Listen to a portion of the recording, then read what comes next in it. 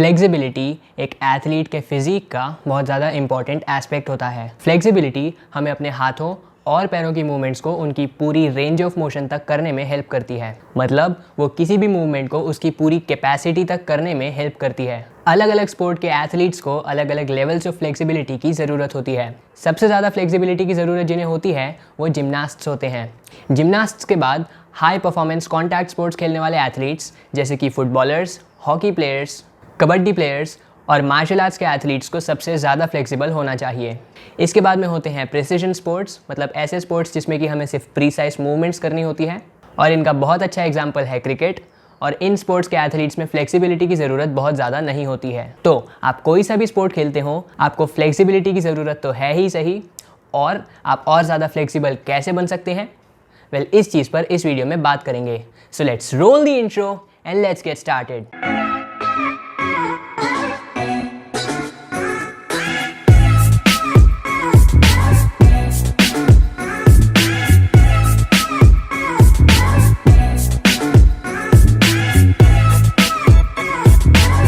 Flexibility को कैसे develop करना चाहिए। मस्कुलर फ्लेक्सिबिलिटी मतलब किसी भी मसल को अपने पूरे रेंज ऑफ मोशन तक खींचने की एबिलिटी को डेवलप करने का सबसे अच्छा तरीका होता है स्टैटिक स्ट्रेचिंग करना।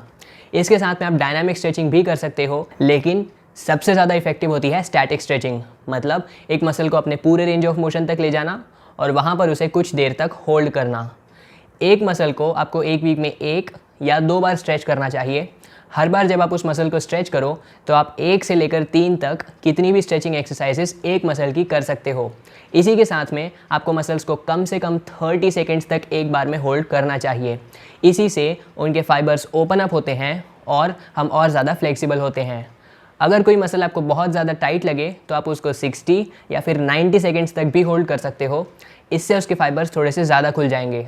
लेकिन ज़्यादा फ्लेक्सिबिलिटी बनाने के लिए आपको लॉन्ग टर्म में स्ट्रेचिंग करते रहना होगा। हफ्ते में 1 या फिर 2 बार स्ट्रेच करने से कुछ महीनों में आपके मसल्स में उतनी फ्लेक्सिबिलिटी हो जाएगी जितनी कि आपको चाहिए। देखो, जब आप स्ट्रेच करते हो तो स्ट्रेचिंग आपके लिए डिफ़िकल्ट होनी चाहिए, पेनफुल नहीं।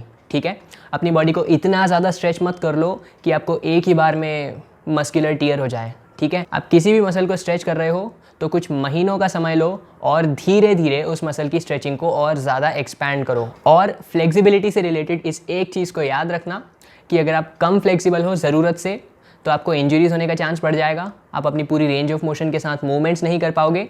और अगर आप ज़रूरत से ज़्यादा फ्लेक्सिबल हो तो कुछ स्टडीज़ ऐसा भी सजेस्ट करती हैं कि ज़रूरत से ज़्यादा फ्लेक्सिबिलिटी हमें हमारी मैक्सिमम पावर को यूज़ करने से रोकती हैं। और अब अगर आप ऐसा सोच रहे हो कि आपको आपके गेम को खेलने के लिए कितना फ्लेक्सिबल होना चाहिए, तो इसका एक सिंपल सा आंसर है। देखो, अपने गेम की मूवमेंट्स को करके देखो। अगर आपको ऐसा लगता है कि आपके हाथ या आपके पैरों के मसल्स में कम फ्लेक्सिबिलिटी है उन मूवमेंट्स को सही तरह से करने के लिए, तब आपको अपनी फ्लेक्सिबिलिटी को और बढ़ाना चाहिए। और इसी के साथ में अगर आपको ऐसा लगता है कि आप उन्हें बहुत ज़्यादा आराम से कर सकते हो तो ये बहुत अच्छी बात है।